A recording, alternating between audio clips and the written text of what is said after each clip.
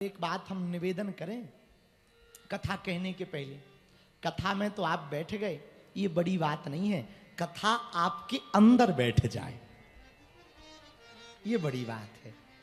कथा में तो बहुत लोग बैठते हैं, यहां भी बैठे, दो पंडाल सामने लगे, दो पंडाल तीन बगल में लगे, सब पंडालों में लोग बैठे। पीछे भी कुछ लोग घर बैठ करके कथा सुन रहे, यूट्यूब पर सुन रहे, बागेश्वर धाम चैनल पर सुन रहे, सब लोग सुन रहे। पर भैया, कथा पंडाल में बैठना या कथा में बैठना बड़ी बात नहीं है, कथा तुम्हारे दिल में बैठ जाए, ये बहुत बड़ी बात है। अब प्रश्न उठता है कि दिल में कथा बैठे कैसे? सावधान से। जब तक कथा में बैठे ना, तब तक सिर्फ कथा सुने, केवल कथा। सावधान होकर के बैठे। कथा सुनने का नियम क्या है? कथा प्रारंभ होने के पहले आ जाए। कथा जब तक विराम ना हो तब तक भगवान को पीठ दिखा कर ना जाए, कोशिश भर। अब कोई जरूरी काम आ गया तो बात अलग है, पर बहुत जरूरी नहीं है ना, तो पूरी कथा विराम हो तब जाएं, श्रोता सुन लें। यजमान जी, दूसरा नियम क्या है? इन 7 दिनों में वैसे तो कभी झूठ नहीं बोलना चाहिए, पर 7 दिन तो छोड़ ही देना। 7 दिन में तो ना बोलना, ये दूसरा नियम। तीसरा नियम क्या है? तीसरा नियम है भूमि पर शयन करना। चौथा नियम ब्रह्मचर्य का पालन करना।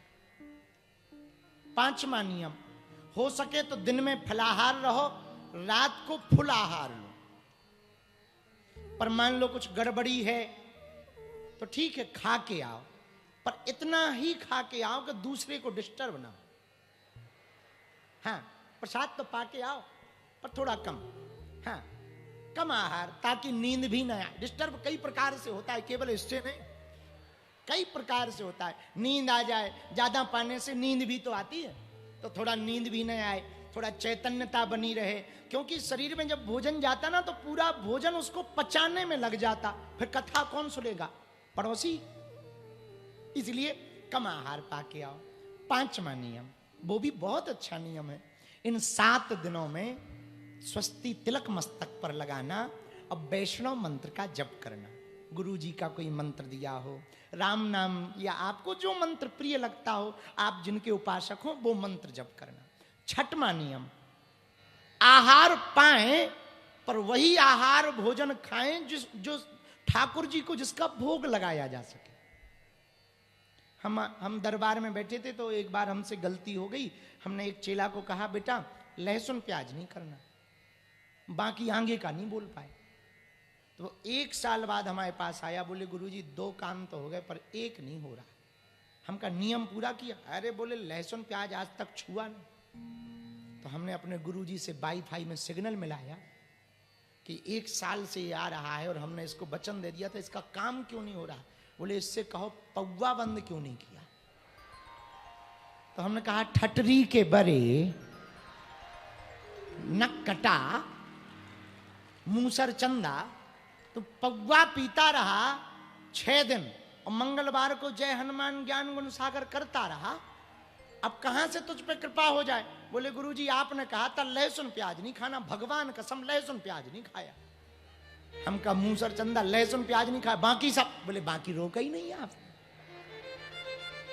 इसलिए हम ये 6वां नियम बता रहे स्पेशल।